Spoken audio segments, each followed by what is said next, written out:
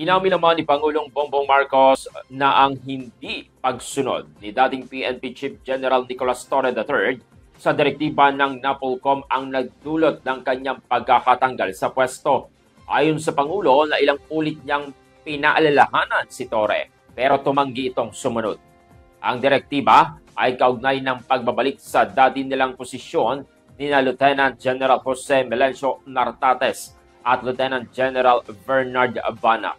Ginang NAPOLCOM sila ang may kapangyarihang mamahala at mag-supervise sa PNP kaya't hindi maaring baliwalain ang kanilang utos. Dahil sa matigas na paninindigan ni Torre, tinanggal siya noong Agosto 25 at pinalitan ni Nartates. Paalala po ni Marcos, mahalaga ang chain of command na mas mataas ang civilian authority kaysa sa pulisya.